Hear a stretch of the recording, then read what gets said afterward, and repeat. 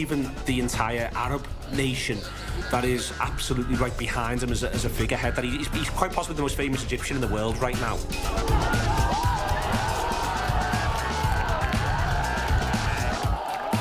People the world over idolise you now, Mo, but particularly those youngsters back in Egypt.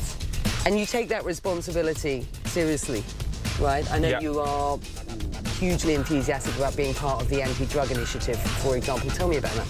When they asked me to do that, I said, yes, of course, I do it. I love that. I love to feel like I'm helping the people, and everyone saw me like a role model. What do you think of my driving? Until now, it's fine. Now he says it's fine because we've arrived. How rude. There.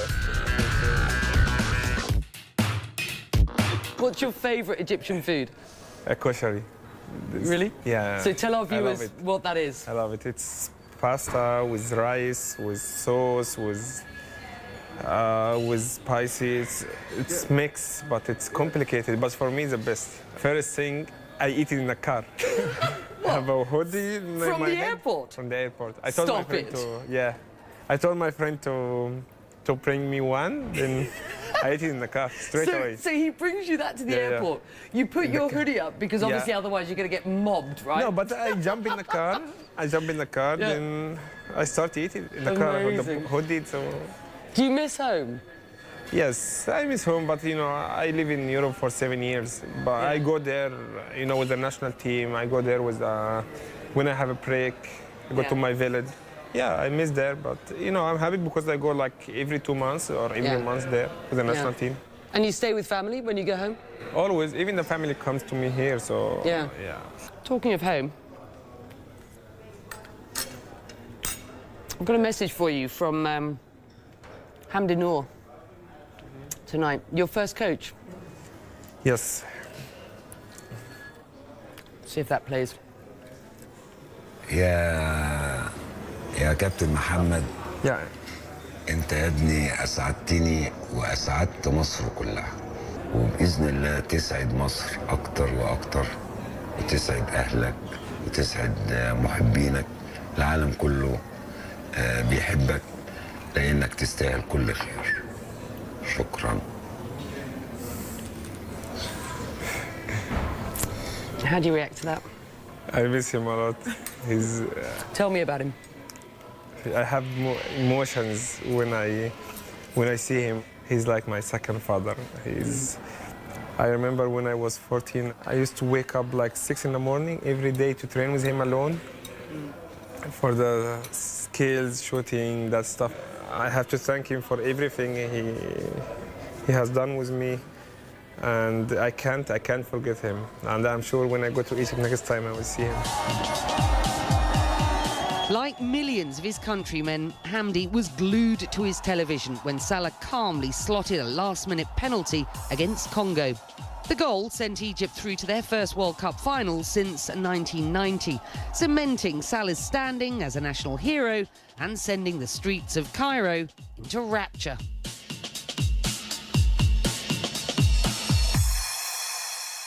Tell me about the national team. I mean, clearly you're going to make the squad. I'd be very surprised if you didn't. We are new players together, most of us same age.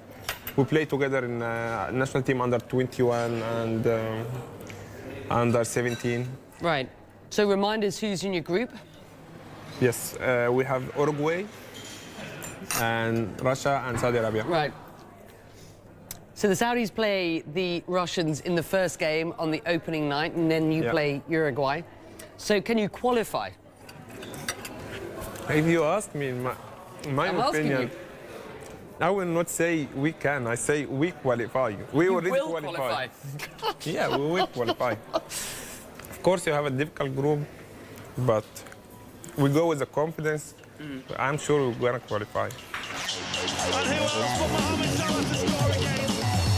Mo clearly, you know, loves his country. He's an absolute hero in Egypt. I'm supporting Egypt. I've already decided. We've got an I'm Egyptian 41 flag. years old and I was thinking about buying the Egypt top, to be honest with you.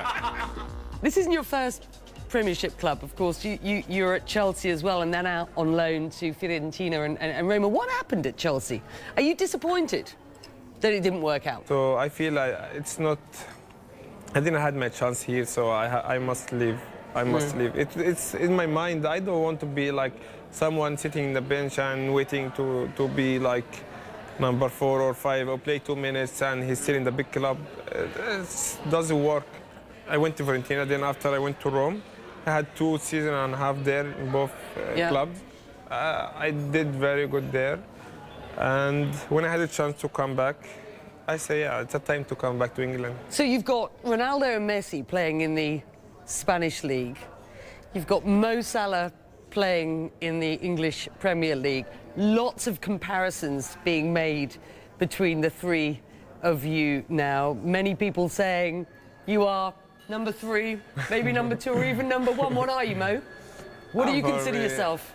I consider myself... Go on, tell me. Nobody's listening, I promise you. No, for me, I know from the beginning of the season, I said, I have a target in my mind. I keep it also until the end of the season. I will say what is that. Come on, but tell us, what's end of the target? season. But you know, I'm happy about what I did until now, and I want to keep doing that until the last game. So if I come back and talk to you at the end of the season, I think we're gonna do another interview end of the season. you're going to tell me you always knew you were going to be number 1.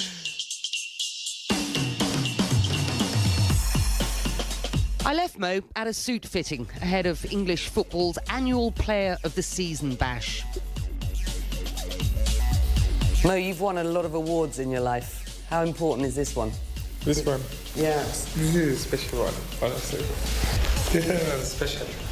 Did you imagine at the beginning of this season that you'd be getting this award? Yes. That's why I'm doing the fitting.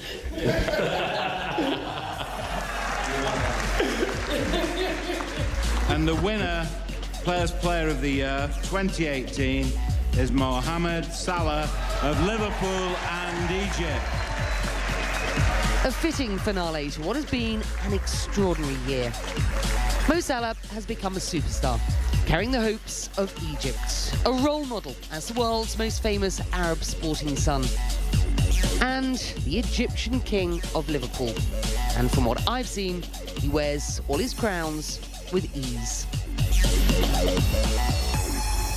Becky, I told you I would win this.